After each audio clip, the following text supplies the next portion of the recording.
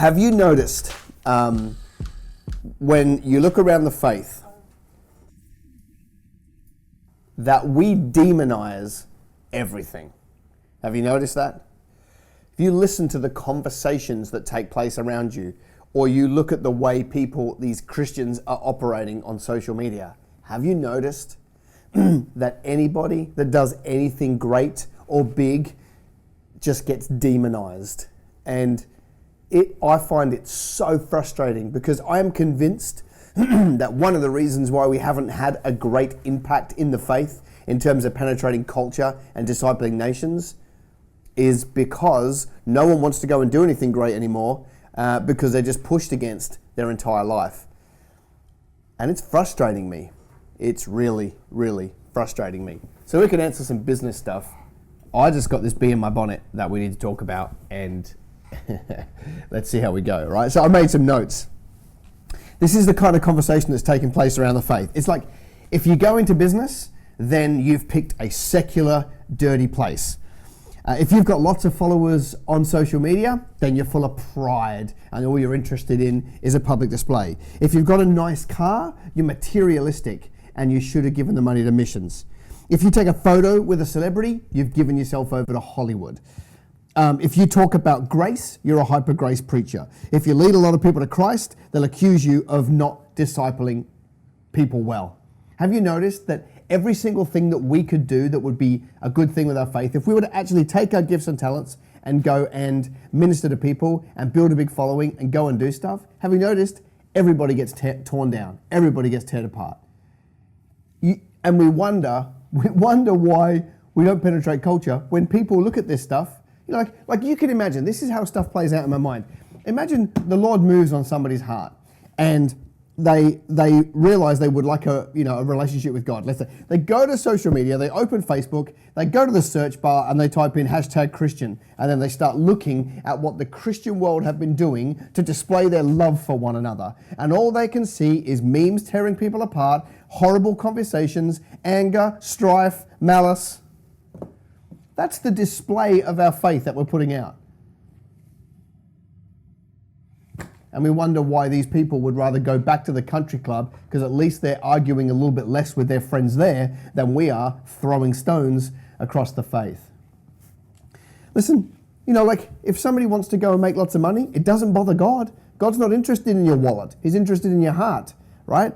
You know what's interesting about those people that say you shouldn't have a nice car or you shouldn't have a nice house? Judas also said, had money issues and said the money should have gone to missions, and look how it ended up for him. I just think we need a reality check in the way that we talk about people in the faith and the way that we let this division in our heart, because it is a public display of our Creator, the way we communicate. And I don't know that much of what's going on right now brings much glory to the King. I made some notes here. It's like Kenneth Copeland gets in trouble because he says some stupid things about his aeroplane. Hillsong get in trouble because they didn't speak up enough on some issues. Scott Morrison abstains from a vote, and so the Christians throw him in the bin. Joseph Prince is apparently leading a cult, and Todd White uses magic to heal people. I've seen it all. Are you kidding me? Todd White's like a love machine who just goes around praying for people and seeing miracles. Joseph Prince. Now, I don't go in for all of their theologies. In fact, I couldn't even tell you if I've watched a Kenneth Copeland sermon in the last 10 years. Do I love everything Hillsong say? No. Does it matter? No. Listen, you don't have to agree with every preacher and every church and every organization in the faith. But that doesn't give you the right to be pulling them down and tearing them apart and using that as our public display. There are always going to be people that don't get on. But you don't have to say it. You don't have to be forwarding the memes that go around. Like, it's really not a good use of your gifts and talents, right? Is there a place to correct people in the faith? Yes, of course. Is it on social media? No, not at all. When I look at Paul and Barnabas, who had a public display of falling out, that we read in Acts, there are some things that are interesting about that. First and foremost, he actually champions him later. Second, they had relationship. They had been on an entire missionary journey together. They were in relationship before he got called out. So all these people that you're spreading these false doctrines and these lies and these stupid memes about, that have never known you, that are never gonna know you, that you've got no relationship with, it's a complete waste of time. Get alongside people, build relationship and rapport with them, and then you might actually have some influence to be able to call them out or say something you want to do, right? But it's not going to happen just because you want to have a bit of a whinge. That same amount of time that it takes you to share that spewing stuff around the internet, why isn't it spent forwarding a scripture verse or a meme that builds people up or a sermon or something valuable? Same amount of time, very different outcome. Very different outcome. If you do that, you may actually have the integrity to be taken on the inner circle of some of our bigger ministries and bigger people, and then you may actually have a chance to walk alongside them for 10 years and then bring some correction if you need to.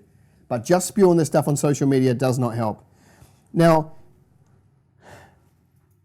like if you did that, and if you decided to change your tune and start only sending stuff that builds up the faith, that shows the world that we love each other and those sort of things, you would actually be part of helping the gospel of reconciliation. Instead of the other way that I've just spoken about, you are helping the gospel of division. And we wonder why we go nowhere, because we are 1,000 powerful arrows heading in different directions instead of uniting and actually bringing some sort of correction to the world through unity. I don't go for most of those preachers that I said either. I don't go in for them. I don't go for what they teach. It doesn't matter. I just choose not to listen to their stuff. There's a billion bits of content out there around the faith. Just choose. But pulling people down, causing division, is madness. Madness.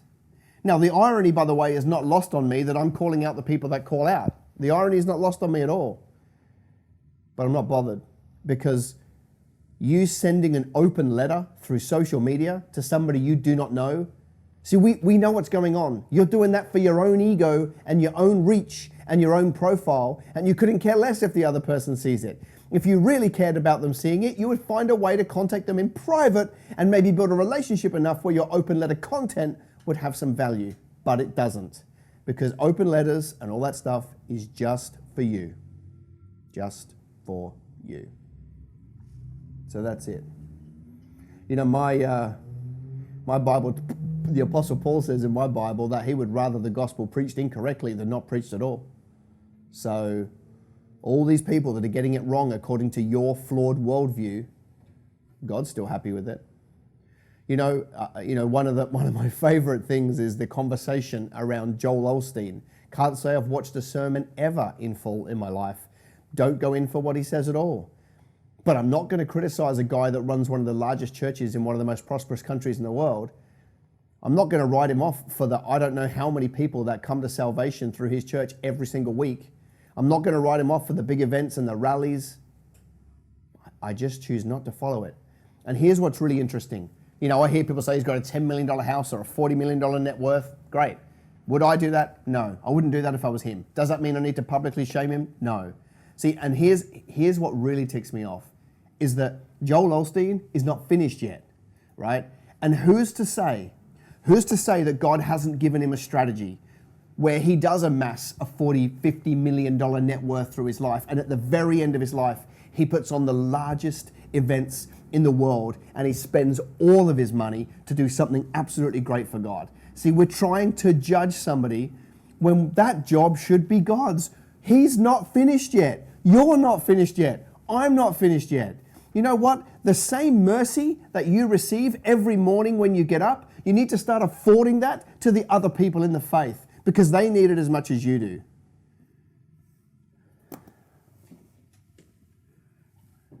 That's really all I had to say about that. And it frustrates me, as you can see. I just don't think it's helping. You know, you can think what you like about people, but publicly going out of your way to invest your time to pull them down is a really bad idea, right?